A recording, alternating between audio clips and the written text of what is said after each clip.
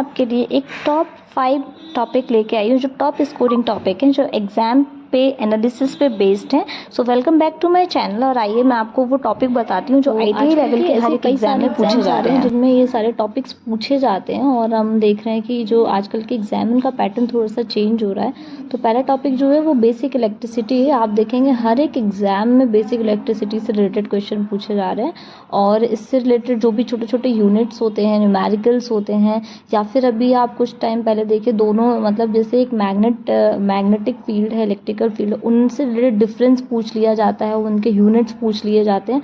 और ये हर एक एग्जाम में अभी हमें देखने को मिल रहा है, चाहे आप डीएमआरसी उठा लो, एनएमआरसी उठा लो, एलएमआरसी उठा लो, या फिर आप यूपीपीसीएल उठा लो। तो बेसिक इलेक्ट्रिसिटी ऐसा टॉपिक है जिसे आपको कवर करके रखना ही चाहिए। दूसरा जो टॉपिक जिसकी मैं बात करूँगी वो है ट्रांसफार्मर। ट्रांसफार्मर एक ऐसा टॉपिक है जो आजकल पूछा जा रहा है। इसके बॉडी पार्ट्स फंक्शंस बहुत ज़्यादा पूछे जाते हैं, इसके छोटे छोटे पार्ट्स के फंक्शंस पूछ लिए जाते हैं। और ये क्वेश्चन आप देखेंगे आईटीआई लेवल पे जो भी एग्जाम हो रहे हैं उन सब में पूछे जा रहे हैं। तो ये टॉपिक ऐसा है जो हम अपना तैयार करके रख सकते हैं जब हर एक एग्जाम में आ रहा है। तो ऑब्वियसली हम लोग नॉर्मली हमने इसे तैयार किया और मतलब रख लिया, क्योंकि ये जो इलेक्ट्रिकल होता है वो स्टैटिक होता है, उसमें आपका चेंज नहीं होता है, डायनेमिक नहीं होता है। ये सब्जेक्ट आपका स्टैटिक है।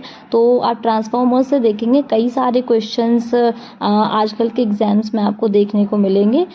उससे रिलेटेड कुछ न्यूमेरिकल्स भी देखने को मिलेंगे, फॉर्मूलाज भी देखने को मिलेंगे। और उसके अलावा आप देखेंगे कि इनके बॉडी पार्ट्स फंक्शन बहुत ज़्यादा पूछे जा रहे हैं आज के एग्जाम में।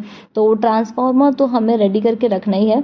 बाकी और भी ऐसे टॉपिक्स हैं जो पूछे जाते हैं, लेकिन ये कुछ टॉपिक जो मैं आज लेकर के आई हूँ ये ऐसे टॉपिक्स हैं जो फ्रीक्वेंटली पूछे जा रहे हैं और इनसे आपके 2-3 क्वेश्चन तो फंस ही जाते हैं। उसके अलावा जो मैं नेक्स्ट टॉपिक की बात करूँगी वो मशीन्स बात करूँगी।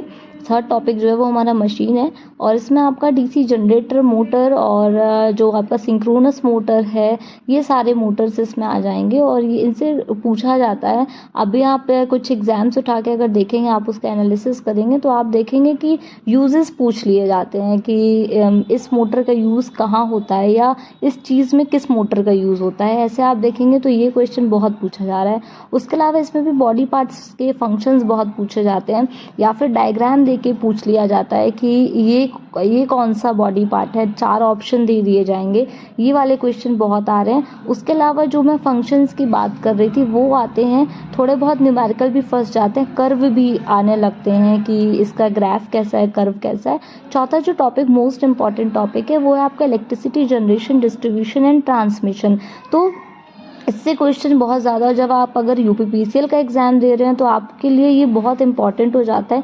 इसलिए आप इसे प्रिपेयर करके रखिए, क्योंकि यूपीपीसीएल जो है वो डिस्ट्रीब्यूशन एंड ट्रांसमिशन पे ही बेस्ड है। तो इसके जो क्वेश्चंस का रेशियो है वो बढ़ने लगा है।